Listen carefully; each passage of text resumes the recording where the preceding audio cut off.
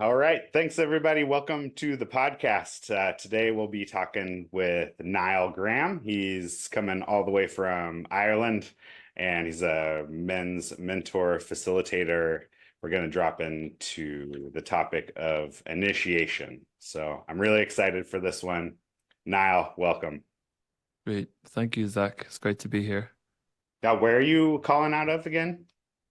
And the very northwest of Ireland, a place called Beautiful. Falcara. Yeah, beautiful is right. Beautiful. Awesome, man. Well, let's get right into it. Like, can you just explain a little bit more about what you do for us? Sure. Well, I think my work is also developing as I go. Like at the moment, I work individually with men in mentorship. I Hmm. also have a community of men. So I have about 20 guys who've been with me for about a year. So we work online on a regular basis, weekly basis. And then I also do like individual containers, so containers around shadow, around sexuality, around initiation. It's also developing. That's kind of where I am at the moment. And that's just to kind of have that. There's something beautiful about working individually with people, but I think my real passion is working in groups. There's Mm. something about that, and there's some healing that can happen there that is much faster than individuals. What is so special about that group dynamic that creates an environment for healing? Um, because I think the thing about the group dynamic is that we are always connecting into the collective. And I think when we work individually with people, we're dealing with the individual and the relational aspect of self. Whenever we grow into or go into group scenarios, the collective field starts to come online. And for those of us who are aware of that, then there's a lot more potential because there's a reciprocity between the individuals in the space and the space itself. So whenever we start to feel into what is happening in the collective field, then we can have major impact on people.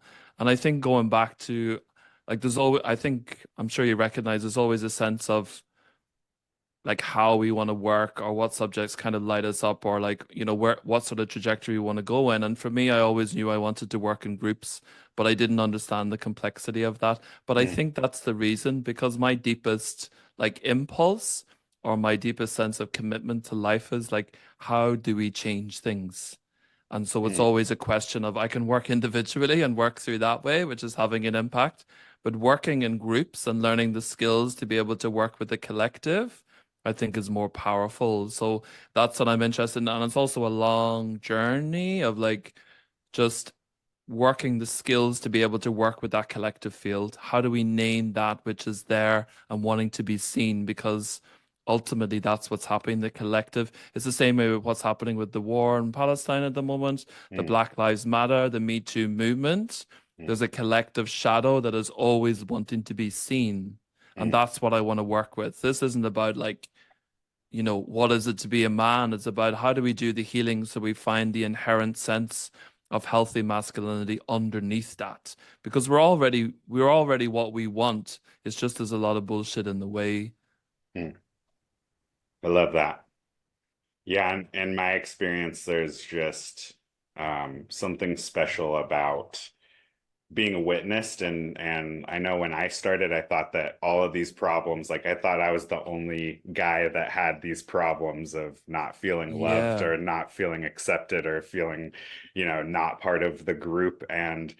then when I began to hear other men share about their experience, I'm like, wow, even though we've had these, come from all different places and have had all these different experiences, like there's such a commonality between a lot of the core wounding that we do have, and Yeah.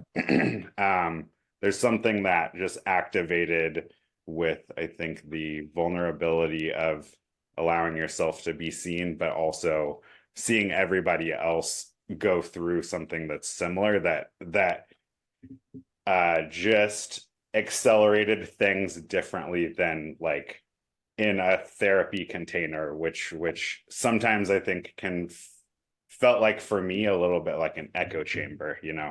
Sure, sure. I understand. And it's just the recognition because sometimes we over personalize things and we're like, oh, I have money issues. And then we hear another 10 guys who have money issues. And there's a sense of like, okay, I'm not the weird one. It's like the whole problem I find with therapy is the sense of pathologizing, like what is wrong and how do we fix that? Mm, But then whenever we go into group settings, as you say, you hear that a lot of other people have similar problems. And then we can take off this label of there's something wrong with me, you know? hmm. Yeah, absolutely. Yeah, Mm, it's like we're so obsessed with pathologizing things because there is a sense of like it feels good to understand kind of like what is going on and be able to label it. But I think we're also losing a lot in that process of like almost othering it from us rather than sure. taking responsibility. So Absolutely. yeah, Absolutely. beautiful description, man. Thank you. Yeah, so how long have you been doing like a group work? Group work specifically or men's work or Yeah, both? men, I mean, yeah, both. Well, my men's work journey, there's two main points about my men's work journey. I left Hmm. Ireland in 2008, and I wasn't aware of it at the time, but I was running away from my country. I was running away from my own identity, and I was running away from, I think, a very unhealthy sense of masculinity, which is present in Ireland. You know, we've gone through colonization, we've gone through the church, and I think for me, then there was just a sense in my body is like I don't want to be here, Mm, and I was like there was a sense of dissociation from my own sense of being Irish and my own sense of being a man. mm, And so I didn't realize it, but I was leaving. And I also like I'm a Protestant living in Ireland, which is a predominantly Catholic country. hmm, So there was all that sense of lack of belonging, mm, lack of like I belong here. These are my people. There was a lack of identity around that. So I ended up living in England for almost 10 years. And I was living in a community in the south of England called Embercombe. And this guy came back and he was just like full of energy and full of life. And I was like, where have you been? And he said he had just been to an initiation. mm. So he did this initiation in 2014 with an organization called the Mankind Project. I guess you're aware of the Yeah. Mankind Project. Yeah. Hmm. So that was the beginning of that journey, but I didn't even realize how much I was disconnected from my own masculinity Mm, until I did that weekend. And then I started to kind of experience other men and just that, as you say, like the group work thing, like there was 100 men on site. There was about 40 to 50 men who were being initiated, and there was like 50 to 60 men who were supporting this in terms of staff. And I'd never experienced that level of holding. mm, And I'd also never experienced an exclusively male space, really. mm, And so just that level of being able to drop into something different because it was an exclusively male space, I just found a brotherhood, but I found a safety there that I hadn't experienced before. mm, So that was the beginning of that journey. And then I end up coming back to Ireland. And I suppose my journey has also developed. And that's why I've committed to Irish men now, because that's my own wound. The idea of the gift and the wound are in the same place. And mm, my own dissociation from my own masculinity and the difficulty of Irish masculinity kind of leads me to these shores of trying to kind of deliberately deal with Irish men, which is a hard job and also just a really amazing job as well, you know, to be supporting men in that way. So that's kind of in brief my story around how I ended up here. mm. Beautiful. Mm. So you said that you were, like had kind of like a trepidatious relationship with your masculinity. Like Mm. what does that look like? Yeah. Um, I remember I can give you a story. When I was about 20 years old, I remember sitting in a cafe with two of my friends, two women. I was always spending a lot of time with women when I was younger, and they were slagging off their boyfriends or their partners. And I remember saying to them at the time, you know, men are shit. Mm, So there was a part of me, that was looking for acceptance from these women. And there was also a part of me that was like dismissing my own masculinity. Like I wasn't connected to that. mm, And I had my internal issues around that, you know? And so for me, then it's an internalizing of my mother's dynamic and my mother's relationship to the masculine. So for me, whenever I was younger, I suppose like how we define masculinity is kind of important as well. But I Mhm, I didn't have a sense of purpose. I had no sense of what I was doing in life, mhm, and I was kind of drifting. I had no sense of direction. I definitely didn't feel grounded, and I wasn't able to kind of, yeah, have that ability for focus. So they were the pieces that were kind of missing in my life. mhm, And also just I think it was, yeah, as I said, it was an internal wound that there was some sense of like to be able to embody masculinity in Ireland, I think was unsafe. mhm, And that's my true sense. mhm, And so it was shamed for me. It was shut down in my parental home. And then I also had my own internal shaming around it because I think my association with masculinity in my own body was uncomfortable, you know, it didn't feel good for me. So I mhm, escaped to my heart, or I escaped to like other aspects of being, or ultimately I escaped to my head so that I didn't have to deal with this like deep shame of masculinity. mhm. Yeah, thanks for sharing, brother. I resonate with that a lot. My parents were always, pretty anti-violence and sort of a Yeah. little bit on the hippie spectrum. And Yes.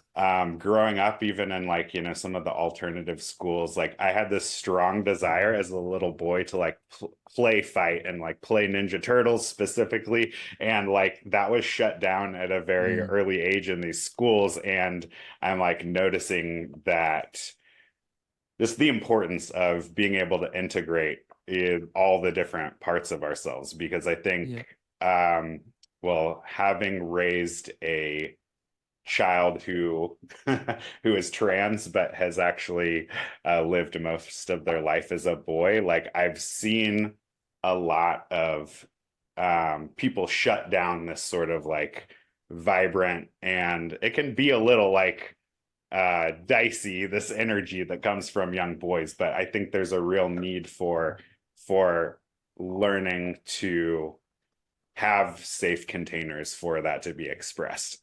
Absolutely. Absolutely. You know, and at the end of the day, like if we break it out even of the kind of personal gender thing, like masculinity is related to toxic masculinity, is related to patriarchy, you know? Hmm. And I think for those of us who are like trying to do this healing path, sometimes the way that we deal with healing is to avoid the places where we actually need to go. So I relate to you fully. There was this sense of like being in my heart or being more what I would refer to as feminine Hmm. as a way of avoiding this place that was uncomfortable for me or that had been like said was bad, you know, that sense of masculinity. And part of my journey is the realization that yes, I was able to develop capacity for my heart, but I'd lost some grit, like I had lost my balls. And the only way back then is to go through that, is to face those aspects, you know, the controlling aspect of self or the you know, the maybe obsessive aspect of self art. You know, like they were all the parts that I was trying to run away from. Hmm. And then I realized at some point it's like if I'm going to find any ground in myself or any sense of my own presence, I have to go into those wounds. I Hmm. have to go into those shadows and I have to address them. So, like in some ways, it's also related to that idea of initiation. We need Hmm. to go through that descent. We need to go into the shadow aspects of our behavior. But underneath that, we find ground, Hmm. we find something deeper. And that's what masculinity is for me, is that deep sense of presence and Hmm. that deep sense of safety that we can cultivate in our bodies. But we don't do that by avoiding the thing. We do that by addressing the thing that is holding us back. So I think that there was a whole movement as people who were trying to change, then were, you know, as you say about the hippie thing, it's like there was a movement away from something that was negative, Hmm. and now I think that we're starting to kind of rebalance that and starting to come back again and say, oh, actually, masculinity is essential, you know, but Hmm. we need to address that in a healing way as opposed to avoid it. 100%. Yeah, it's interesting because I've had a with my personal experience, my dad was this artist and musician, but I was also really close with my grandparents on my mom's side, and he was much more a typical, just like preacher turned time management seminar, like entrepreneur guy, and it was very much like three ways to improve XYZ, and this very like masculine framework. And so it's been interesting because I've seen and experienced the like different flavors of these masculine archetypes that you're talking about. So And I think my mom reacted to my father or my grandfather, because he was quite, as you say, quite controlling. Things need to be a certain way, and he was the disciplinarian in the house. So yeah. then my mom reacted to that. So this is what we do on this healing journey. First of all, we try and escape and avoid. And then at some point, when we build enough resource, then we need to start, okay, it's like, this is the place that I need to go then to heal that. So I had to do that. I would suggest that my mom isn't able to do that. She's also in her 70s now, but I had to redress that balance that she avoided. Totally. Mm. What is your definition of initiation? What does initiation mean to you, and why is it important? Good. Well, I like that you asked that question, because there's also an assumption, I think, that initiation, that everybody knows what that means. And I think personally for me, it is actually an individual journey, because when I did the initiation with the Mankind Project, I was like, okay, well, I've been initiated now, as if it was some archetypal thing. And it is archetypal in the sense that it's a subject, but like the specifics of that, I think are, very different to different organizations.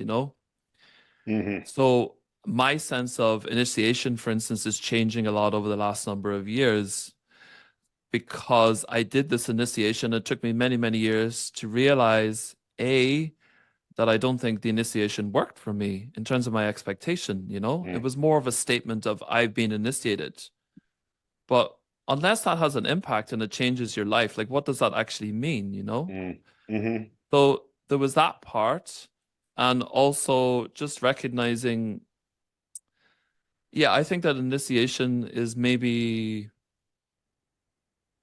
it's very much related to, I would say the initiations that we have now are very much founded on psychotherapy, are founded on a Western mentality and a Western view of transformation.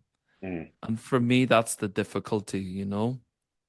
So when we take, in answer to your question, when we take what initiation was, I think there were two initiations. There's the initiation of life, as you're maybe going to talk about your child getting married, or we lose our jobs, we have a car crash, something happens to us, we lose our sight, we have an illness, or and that's life initiating us. So there's a way that there's an interaction between life and humans, where life is always pulling us deeper into ourselves. So I think that we can identify those moments where things need to break and end, and we are initiated into another phase of life. So I think that's happening. And then there's a smaller sense of like mini initiations. Like throughout the year, we have the 4 phases of the year. So for those of us who are choosing to kind of follow the cyclical nature of life, then there is a small initiation. In the wintertime, we go into the darkness. There's an ending, there's a death. So an initiation is a change, and it's a death, it's a dying of a part of us and a rebirthing into something else. So when we think about the most formative initiation for a young boy is whenever they move, probably about 13, 14, 15, and they move into adulthood. So for a woman, then they have the bleed. So the bleed then is an initiation of sorts. And in the tribes, then that would have been revered, that would have been celebrated. But there was something that bodily happened, and the hormones then changes a woman. And I think, for women, I will say as well, I think that initiation is lost for them. Like in Ireland, there's a shame whenever the bleed happens. So we're not even like ignoring it. We're actually shaming it when we should be celebrating it. So there's 100%. that's an aspect alone. But for men, we didn't have that physical thing. Our voice would get deeper, we would get an Adam's apple. But the point of initiation was that it was a celebration, and the way I see it now is it was an initiation into the male mysteries. Mm. What is it to be a man? What is our sacred purpose as a man? Now, we have our own individual purpose in life, but the way I see it, or at least as a suggestion into the depths of what initiation was, up until that point, a boy is to be held by the community, by the mother, by the father, the grandmother, whatever is in the community. But he needs to make that point of becoming self-responsible, responsible for something beyond himself. He becomes in service to the tribe. And this is the adultness. Because adult is the ability that we're so resourced in ourselves that we then become able to give back. And Mm. this is why we have a society of uninitiated men, because men don't give back. It's about my money, my status, my job, my girl, my woman. Mm. So when we put it into the framework of what Bill Plotkin, who's a eco psychotherapist, he talks about that there are 8 stages of life. So there's the child, there's the adolescent, there's the adult, and there's the elder, and there are 2 stages in each. Now he says that we are in the 3rd stage, which is early adolescence, and the way that we get to adult is through the descent. So he says that we are in perpetual teenage mode. Doesn't matter what age we are. In our soul, because we haven't done this initiation or descent, we are stuck in this teenage phase. Me, me, me, me, me. Mm. You know, we can see that in the leaders of your country, the leaders of my country is about power, status, you know. But whenever we truly step into adulthood, we start to see our responsibility for life itself. And it's not even like a conscious choice. We know that we have a responsibility, that we are stewards of the village, that we are stewards of the land. Mm. So initiation is multifaceted for me, but it's simply like that initiation from boyhood to adulthood is how do we both do like rituals, symbolic movements of I wouldn't say killing, but you know, there's some arguments about like how we deal with the child. Some people say you kill the child, some people say you integrate the child, but there's an ending of the childhood phase where we move into adulthood. Mm-hmm. And we learn what that is as a man, our responsibilities to the tribe, our responsibilities to women. And on the most sacred level, I'm kind of going in circles here, but on the most sacred level, the point of the sacred masculine is to be the protector of the womb, to Mm. be the protector of life itself. Mm. And it's clear in a culture where we're destroying nature, we're destroying women, and we're destroying the feminine, that the masculine hasn't grown up and seeing his sacred mission because he protects nothing in this world. He destroys and he extracts. So there's a point in time where there was a separation from men. They stopped doing the initiations and Mm. they weren't able to move into this responsibility of life. Yeah, multifaceted, multidimensional, but also, you know, on a very, very simple level, it's like we take responsibility for our lives, you know? I'm Mm-hmm. 16 years old. What do I want to create in my life? What sort of woman would I like to be with, or man, whatever that is? This is who I am, and I have a responsibility for the people around me and the responsibility for our own lives. But because a lot of us haven't got that framework, we blame our mothers, oh, I had a shit childhood, we blame our partners, we blame the government, we blame, you know, this external blaming because we're not connected to our deep sense of direction and purpose in life. So there's Mm. a loss there. Everybody's blaming each other, but nobody's able to come back and say, well, I am the creator of my own life. Mm. There's this sense of boyishness where people are so interested in like the return on their investment of things rather than focusing on like Exactly. how can I be like show up fully in this moment and be present. It's kind of like, well, what do I, there's this hesitation of like, well, what I don't know, what will I get What am out I of gonna it get? first Yeah. out? And it's like that sense of entitlement is Yeah. well, I think it's first of all modeled throughout figures throughout politics or the business world are really terrible role models when it comes to this in a lot of instances. And Mm. and what is the impact and how do we change things? Well, like fundamentally, so we, as you just mentioned, like we don't have healthy role models, you know? And Hmm. I think that it's important as men that we have role models, but in the absence of role models, in the absence of elders, in the absence of people, you know, who are healthy um example of masculinity, then we go to film stars, then we go to pop stars, you know, then we go to rappers or whatever, you know? And so, and I think that's a very natural thing because we look at something externally as a way of like, it's kind of an osmosis thing. So we look at how somebody is, and then with that kind of psychic relationship, then we take on aspects of that. You know, I certainly know that from my own childhood. The singer or the songwriters, like I was very into Radiohead, so I took on aspects of that, you know. But in the tribe, then there would have been elders, there would have been mentors, and so they had a framework then for healthy masculinity, and that supported men to be like, well, what do I want to be in relation to this, you know?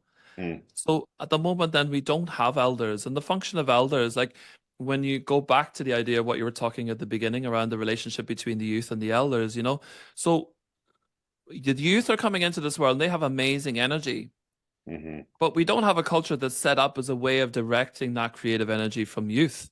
So Hmm. we have to demonize the youth because the energy is the energy that will change things. So Hmm. culture itself needs to shut down that energy as a way of self-defense. And because all the men who are in midlife who have never followed their dreams, that's what we do. We shut down the youth because they're like, oh, there's energy. I don't know what to do with that. I'm going to shut it down. Mm. But in the olden cultures, there was a relationship between the elders and the youth. And the point of the elders was to support this creative energy that was coming into the world and hone it and alchemize it so it became the creative energy of life. And that's Mm. how we were evolving then. The center of culture was evolving because this creative energy was coming in. Mm. And the elders then, that was their role, Mm. that they would support the youth. Now, because we've made elders into olders, they don't have any production value, and Hmm. we've demonized the youth because we're scared of that energy, we have a culture that's collapsing. Mm. So everything is kind of broken at the moment. And whenever we start to bring in these aspects of the village, bring the aspects of the village back in, then we can start to work again, you know? Yeah, so it's easy sometimes to for me to like look out at the world and see like, oh my God, there's all of these different tragedies happening across the world. Like people are fighting each other on the internet over the dumbest little Yeah, yeah, things. yeah. Yeah. Like uh how do we begin to shift things and not not get overwhelmed by feeling like, oh my God, there's so much out here that needs attention. Sure. Well, like my interest is always like the deepest thing that happened. What happened here? So if we strip it back to that, there was an original split between earth and sky. So at some point, we split from the earth. We split in our relationship from the earth. As a consequence of that, capitalism, colonization, the burning of the witches, the subjugation of women, the repression and oppression of the feminine, the shutting down of people's hearts. So that happened at some point. Now it's part of my interest, like the specifics of that, but I'm imagining at this point it was over a period of time. There were a few particular things that happened. You know, the Romans, they came and they colonized like Western Europe. And for Ireland, then it's very different from England because Ireland wasn't under Roman rule for hundreds of years longer. So we retained a lot of our indigenous culture, our indigenous values, and the land itself holds a lot. Like people who come to Ireland say that, you know, there's something very, very special about Ireland. Hmm. So the major split for me is that we disconnected from the feminine. Now, that also becomes a bit of an abstract sense of like, well, what does that mean? Do you know what I mean? Yeah. You know, people talk about we need to reconnect to the phone, we need to reconnect to nature. Hmm. And so I suppose that's been my inquiry for the last number of years. So we need to spend time in nature, number one. That's just walking in nature. But the bigger thing that needs to be done is because the feminine herself, like I'm going to go into kind of like esoteric terms here, the Hmm. feminine herself, the goddess, if you like, she has been eradicated from our mythology and she's been eradicated from our religions. So Hmm. we created a dominant religion all across the world, Christianity, which is based around this father figure in heaven who looks down upon us and judges us for what we do. But we eradicated the feminine. So even in our mythology, like there is mythology, obviously that includes the feminine, but in our main religions of the world, we've eradicated the feminine. So in my understanding, and this is why initiation is very, very important to me, because the point of initiation was that instead of a man being a boy that was supported, loved, and cared for by his own mother, Michael Meade talks about this. He's one of my teachers. The point Hmm. of initiation was to break the child out of the arms of the maternal mother and put him into the arms of the great mother, Hmm. Mother Earth. Hmm. And because we have men who have never been initiated and they've never been initiated into the arms of the great mother, the great feminine, the great goddess, then they are men who are still sucking on the nipple of life. They have never grown out of being a little boy. And that's how they become extractive. That's how Hmm. we're sucking from the land. That's how we suck oil out of the land because we're still sucking on the mother and we Hmm. haven't come to that point of maturity where we have realized our relationship with the great feminine and find that within ourselves that we don't need to be taking because a lot of why men end up addicted or taking or money is because we feel a deep lack inside. There's Hmm. a deep loss, and I don't know if you can relate to this, but over the many, many years of healing, like cigarettes, alcohol, drugs, just like to get that feel, I wanted to feel something. Hmm. I wanted to Absolutely. Yeah. feel something. There's something missing. I want to get full up. Sex as well. I want to feel pleasure. I want to feel people. It's a consumption thing, and we Hmm. see that acted out in society, men wanting to take sex from people. It's not even a sharing anymore. It's an extractive measure. So that's the kind of core thing that I think needs to be addressed. And then for me, that's kind of the most important thing. If we get, and I'm not saying that this needs to happen tomorrow, whatever, Hmm. but I think this is a fundamental thing that men need to go through initiation. But the main thing within the initiation is that they need to break from their mother and find their own independence and their own relationship with the great mother. Hmm. That's the key. Because once we do that, then we're connected to Earth again.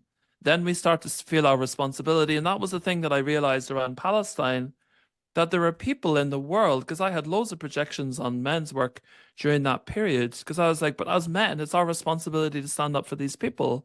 And through having dialogue and discussion, I realized that there are people who, and this is not to judge people at all, but it's just to say, I think that we can see people dying on the news, but we don't have an internal connection, a recognition that these are literally our brothers and sisters.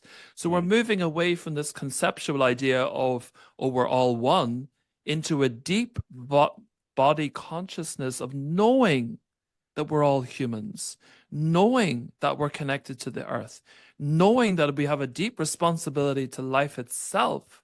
Hmm. And that's a shift in consciousness. That's not we need to do more therapy, we need to do whatever. It's a complete shift in consciousness. And that's what's needed here. And that's why we're in despair Hmm. because we're disconnected from this basic fountain of life, the fountain of the feminine, the Hmm. waters of life itself.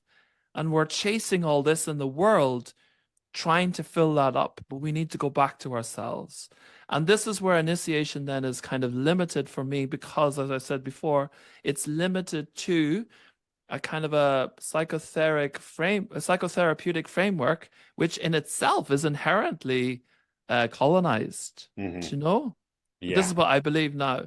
Hmm. It's a framework that comes from colonization that causes more colonization. So Hmm. we need to go back to the indigenous initiations, the Yeah. original initiations that understood what it was to be a man, and that we are balanced between earth and sky, and that we are wholly bisexual in the sense of ourselves. We have the capacity for full feminine and the capacity for full masculine. Mm. And some of us will have male bodies and some of us will have female bodies. So our whole limited sense of what it is to be a human is reductionist. Hmm. And we can't fully heal then from a reductionist point of view. So it's very, very, very, very deep. And like the specifics for me is, Hmm. day to day stuff for me is like connecting with the land, connecting to nature. And actually, my own healing is my healing around my mother, my healing around women, and my healing around the feminine. And that's what I concentrate on a day to day basis, knowing that they're the places that are like I'm mostly held back in my life. They're where my biggest pains are. And we know our biggest pains in our soul, you know? Hmm. Sometimes we just have to have the balls to look at them. Mm. So I don't know if you're 100%. looking at a simple answer, but No, that's great, man. No, I think a lot of the addictions that we have, whether it be with alcohol or Netflix, it's like this sense of like trying to nourish something yeah, that nourishments that we didn't get in the way that we needed to. And um I would say it's been an unfolding process because yeah. just in the last 6 months I've been just being more mindful around sexual energy and Mm, holding seed mm, and that actually spurred this realization of like an embodied experience of how much I was seeking validation yes, from my fiance. Like this is a yes, healthy relationship and I've done a lot of work on myself, but I'm like, wow, this is a really tough yeah, switch. But it sure, was ultimately so rewarding because I realized it actually freed myself from feeling yeah, so dependent on this thing, and that yeah. freed me to actually increase the amount of presence and just like love that I'm able to have in the moment. By recognizing that in you, Hmm. yes, yeah, Yes. and and I think you're touching on a really good point here. The thing about men's work as well, like I fully agree, it's a process in itself, and the relief for me of like meeting men and being in a men-only space that I didn't have to worry about women because I have my own difficulties around women, and Mm-hmm. that's what happens. You put a woman into a space, all the men change. That's the Hmm. power of women. Yeah, absolutely. But but also recognizing, that a large part of our healing at the moment is you can call it group work if we want, but it is dealing with the relational aspect of self. So it's Hmm. not about us like working with men, working out all our shit. We have to work it out within the relational space, whether that's relational between men, but also it's very powerful relationally between men and women, between women and women. Hmm. So it's recognizing that we actually can't do all the healing on our own. And again, it's like I could spend my entire life trying to heal myself and then go into a relationship. But what all we really need to do is have enough awareness of our own shadows and have the tools to be able to deal with people in relationship because that's where the healing happens. Once we Hmm. have tools, then we can show up to these healing opportunities that are trying to happen all the time. So I think men's work is also evolving and recognizing that it's not just guys sitting together and working out their shadow, that it's kind of evolving into how do we bring this into the world? How do we show up in the world? How do we bring presence, to our partners? And also, how are we able to be vulnerable and ask for what we need? Because that's the relational piece. I didn't get this from my mother. Can you do this thing for me? Because I need it, because Hmm. I can't heal this on my own. So recognizing that we also need to evolve out of this lone wolf thing Hmm. and that we are relational. And healing happens together in the same way that wounding happens together. The wounding happens in relationship to mother, family, children in school. So we can't expect to just heal that on our own. We Hmm. heal that in the kind of scrummage of life. Absolutely. Yeah, I think Well, that's another thing that I feel like is this from this Western like Yes, psychotherapy exactly. thing is like, okay, Individual. healing Yeah. is something that you do Yes. in private with a Great. trained professional Great. and in this very like specific space when in actuality it's like I care less about the number of men's weekends that you went on to heal yourself and more about how you're bringing that back to your family and your Exactly. community and how that dynamic is being passed through like not only The the generations. relationships that you have but yeah your generation and your offspring too because Yeah. that's really like what is the point of Exactly. spending money on these weekends or these courses if we're not gonna put them to into work because it feels good like I think when I first started to work, there is this feeling of like,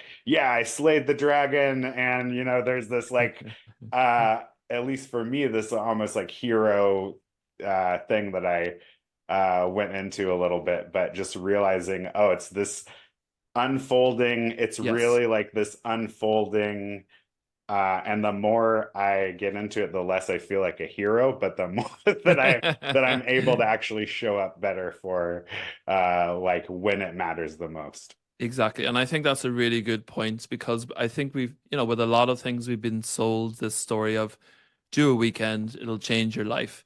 And to be honest, I'm 45 years old now. The way we change is consistently showing up every fucking day. That's Mm, how we change. Consistently showing up to our partners, consistently showing up to our friends, and integrating this stuff. I fully agree. Men's work means nothing unless we're showing up better in our worlds. mm, And so recognizing as well that, like initiation is maybe a threshold or a point, but it's how we take, it's the same with anything. If we do medicine journeys or whatever, it's not about doing the medicine journey. It's like what was revealed to us in that time, a deeper understanding of our lives that we need to change. mm, That's the point. mhm, But we've also in a culture, this whole God thing where God is, I was brought up in this culture. God's going to save you. God's going to sort your life out. God has a plan for your life. Do you mhm. know? So Yeah, we totally. have this salvationist mentality that some fucker is going to come along and save our lives. Hmm. And if we spend enough money, a therapist will fix us.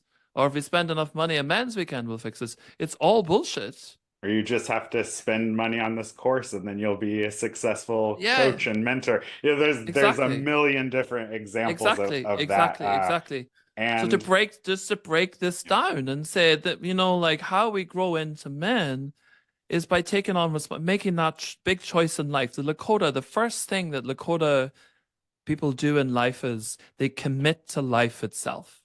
That mm, blew my mind when I realized that. That's their first thing in life is I'm committing to live my life. And I realized up until that point, I had never committed to life. I was just kind of bumbling my way through. mm, So, what is our deepest intention for life? How do we want to show up every day? And how do we slowly grow into that, which is important to us? So that's men's work for me fundamentally. It's slow, it's shit sometimes, but mm, it's really beautiful when we can look back at that path and realize how far we've come. mm. That just reminds me, I believe it's actually an Irish proverb, but it's something along the lines that we live two lives, and the second one begins when we realize we have only one. Great. I love that. That's beautiful. That's beautiful. And that also speaks to just the other idea, like that um most of us as men, well, in culture, we have this kind of a glorification of youth. So we don't even consider death, but it's Mm, death as the portal to life itself. Once we realize that we have a finite existence, and many, many people have spoken about this. And I know that there's like the dark therapy where people go into darkness for 10 days. And the mhm, Tibetans like meditate on death because it's the foundation of life. mm, So we spend all this culture trying to look younger, like we are death phobic, grief phobic culture. So we're living in this like upward God, like higher power, higher, and this whole thing. And these are all gateways into earth. These are all gateways into our deep soul when we realize that that's only half the story, you know? That, Absolutely. yeah. We need to Yeah. start looking at death. We need to start looking at grief. We need to start looking at, but people are scared to go there because we've been programmed not to go there. Absolutely. Yeah, I mean, I can attest for myself. I mean, really, honestly, what the event that kicked off my Oh yeah, whole great. foray into men's work, and it was the death of my father. And Mm, mm, that has been such a profound spiritual initiation. And yes. just to give everybody a little context, like my mom is is a woman that's like very ritual oriented and is kind of schooled in the ways of the ancestors. So Mm, we kind of did the burial and everything ourselves, and went onto this land that's sacred to the family. And you know, basically I was in there with a family friend, like literally lifting him into the grave. wow. And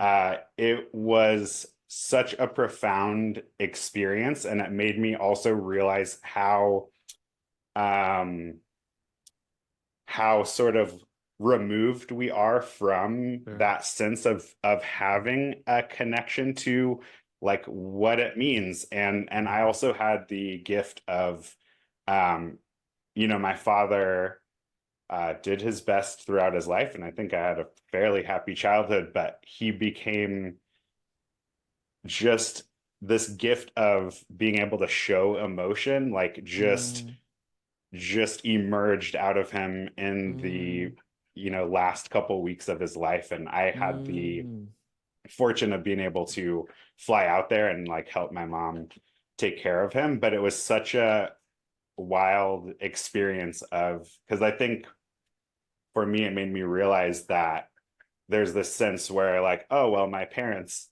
got my back, it's okay. Like and like having that support like taken away was uh it was very difficult in the moment. And that grief also over time and over processing and many months like grew yeah. into a resilience. And there's one thing that so I was talking to him about what happens to souls once we pass on, and he wrote on the whiteboard, I become a part of the unified field and I'm everywhere you are.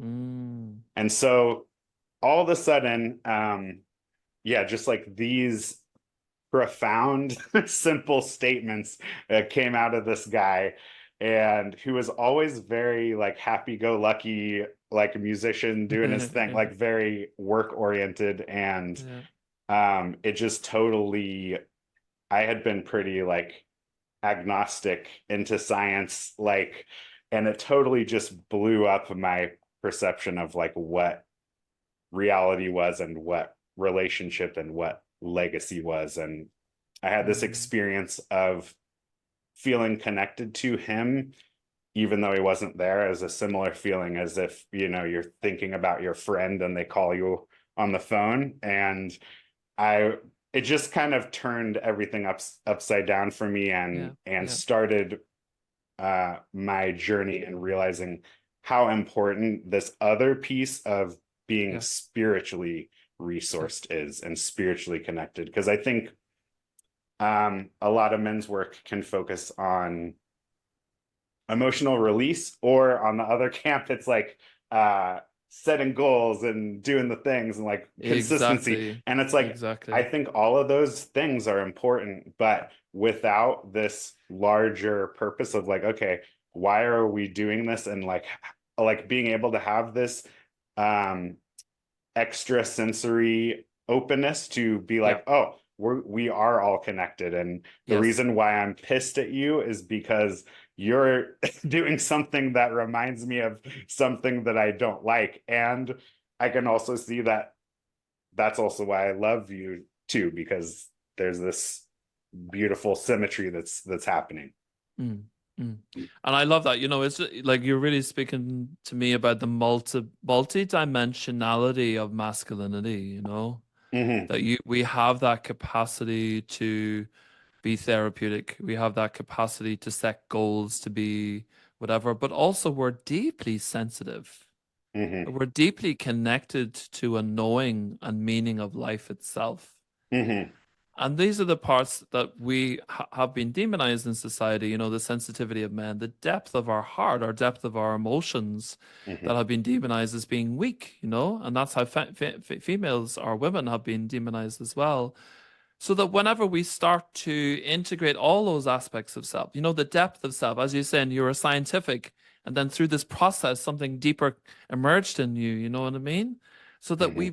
we start to see the enormity of what we hold, And that's kind of the limitation for me. Like, and I love Robert Murray. I study a lot of his stuff, and I just think he's a wonderful man. But like the four archetypes of the lover, warrior, magician, king is also missing the feminine, is Hmm. missing the sorcerer, is missing the priest, is missing the the the more spiritual aspects of life. And I think that we also need to just break out of this a little bit and go like, we are more than this. And like, Hmm. I've developed my warrior. It's good. I've developed my king. It's good.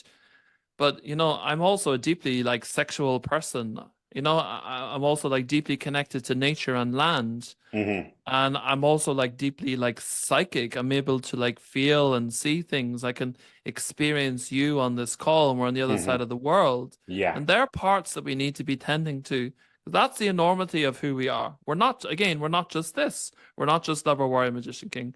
We're all this like deeply sexual, soulful beings so that we don't want to get locked into this like I'm going to use a Western psychology model of what it is to be a man.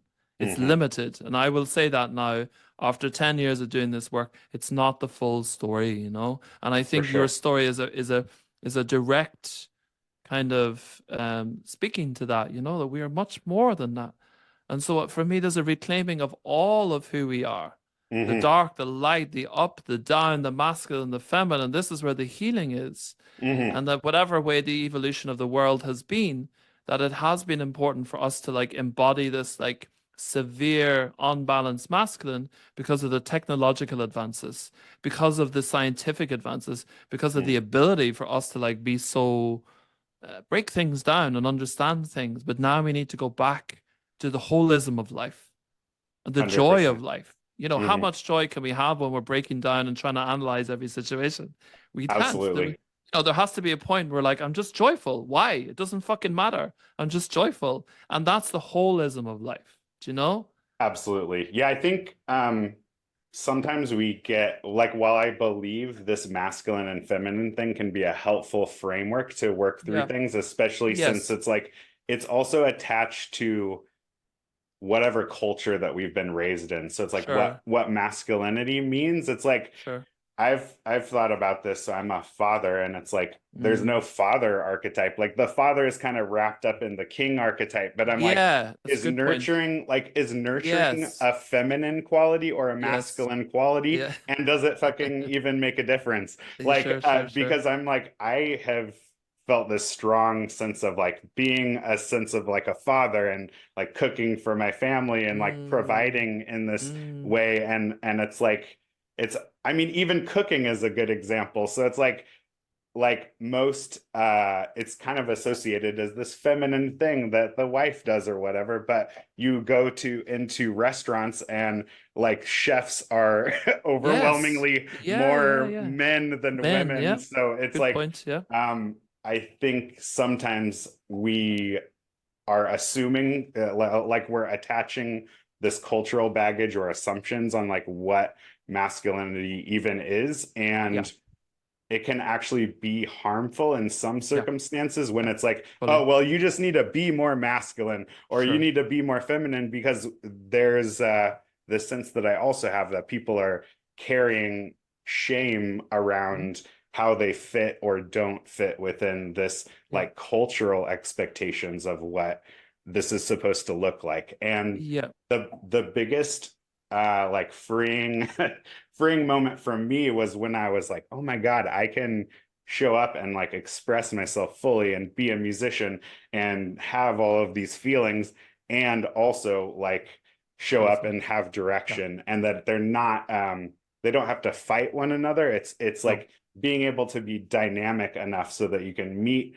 the moment with whatever energy is Mm, required mm, to facilitate that relationship. Like mm. that, I love what you said about the relationship as well, because the relationship with self and the relationship with spirit, it like everything is a relationship, whether we're Yes. in nature alone, whether we're in conversation with our lover, it's all a relationship. And Mm. even the parts within ourselves, it's like I don't know if you're into parts work or Yeah. that stuff, but it's like Yeah. it's also we're constantly in dialogue with these different facets of who we are. So it's kind of, to me, I kind of chuckle when people get stuck on this like affirmation, like saying affirmations, because I'm like, we are literally dialoguing with ourselves all day long. And I'm not opposed to writing something on a sticky note and saying it. Like, I think that's a great thing.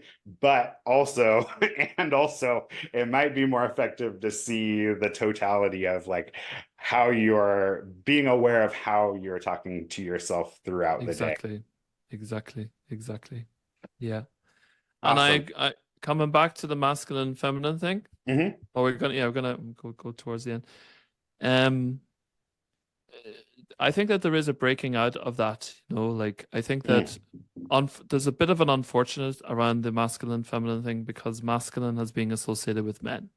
Hmm. Feminine is associated with women, and then we become limited then in who we are because we have. And even though people like all I ever do with my men's group is say, and we are both masculine and feminine because we do have this association in life that men are masculine, and so it's important to do that, to recognize. And the way that I hold that at the moment is, I think it's important to recognize that there are two energies in life. The Chinese had yin and yang. You can Mm. call it masculine and feminine, the sun, the moon. But there are two different energies in life and they're complementary. The Hmm. way I associate that of my own being is that I have deep guts. Like people talk about guts in men's work. I have deep guts, deep resilience, deep power, deep capacity to hold, to be there, to be present. And I have deep sensitivity, which is in my heart. Mm. And these are the two, this is the way I map my own body and where am I in relation to at the moment and what do I need at the moment. If Mm. somebody like falls in the street in front of a bus, I can have compassion for them, but what I actually need is to get my balls together and, action and get out onto the road and grab this person. Hmm. So recognizing that and that's the whole thing because we have limited ourselves because we've been in this reductionist, colonized mentality of limitation of one God, one way. This is how things should be. And so whenever we break that down and we start to say that, own that we are both, I have deep, deep sensitivity and I also have deep, deep hurt. And Hmm. because we have the capacity to be able to be in our masculine, I also have the capacity to shut all that down.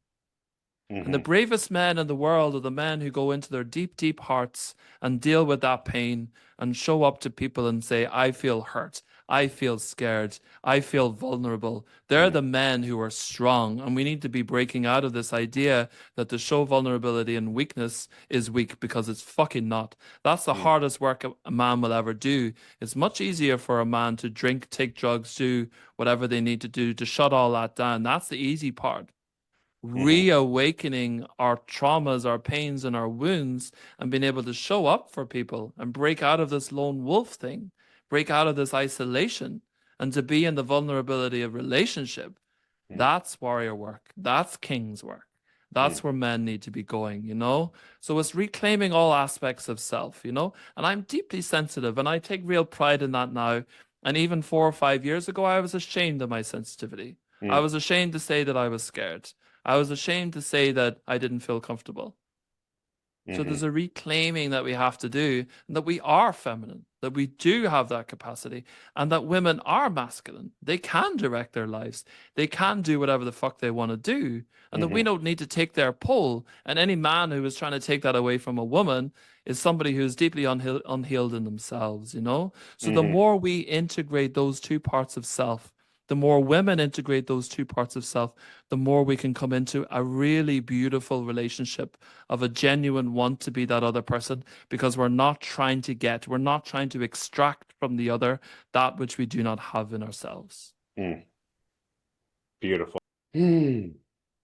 Man, great conversation, and really enjoy that take on polarity. You know, is kind of what I feel called to call it, because it's like Yeah, it's this masculine feminine thing, but there's at the core of it, it's these universal energies of like presence and yeah, love.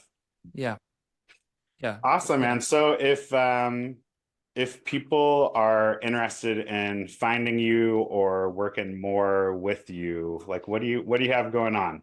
So what do I have going on at the moment? So I have this community which is evolving into a village. So I've been with these men for a year here in Atira, which means men of the land in Gaelic. So these guys have been going for a year. So I'm open to more members than that, but it's closed for the moment. It won't be open until September. But that's kind of something that again, it was that coming from that framework of like practice every single day. So guys, like instead of doing weekends and then doing nothing for another few months, Hmm. every week these guys are with each other. They're holding each other accountable. They're practicing with each other. And that's where real change happens for me. So that was the point of that. Mm, And now it's kind of growing into there's people who are working with sweat lodges, and I've got elders who are coming in there as well. So it's forming this village. So that's one thing. It's closed now until September. I have another course called Shadow Hunters, which is a 9 week deep exploration of what shadow is. That begins at the end of February. And that's been kind of life changing for me, because we deal with fear, we deal with anger, we deal with shame, and we recognize and understand their function. Why are they here? Like, what are they mm, trying to teach us? So stop trying to run away from ourselves. And also just to have the tools for conflict, if I'm feeling stressed, what do I do about it? And let's break out of like trying to distract ourselves. How do I hmm, deal with this uncomfort? What is it trying to teach me? mm, Whenever I'm triggered with my partner, whenever I'm triggered with my kids, instead of being aggressive or shutting down, how do I, you know, own my emotions and show up and be able to share what's going on for me, so that we mm. get learning from that. So that's the point of Shadowhunters. It's really valuable work for me. And then finally, I will be doing an initiation kind of later on this year to integrate a lot of the ideas that I've talked about on this, which is really bringing in the feminine. This is the piece that was missing in initiation for me. So Mm. you can find me on Instagram. It's _Niall_Graham_. And you'll see men's work facilitator. That's kind of the main thing at the moment. I do have a website, but it's just not online. So Instagram's probably the easiest way. Other Sounds ways good. is niall.graham@hotmail.com. You can just email me directly. Beautiful. All right, now, thanks so much. Really enjoyed dropping in with you today. And Thank you. yeah, Thank thanks you for for joining having us. me. Yeah, and great to spend some time with you as well. All right, brother. Beautiful, and enjoy the rest of your night. You too. Thanks, Take care. Zach. Bye.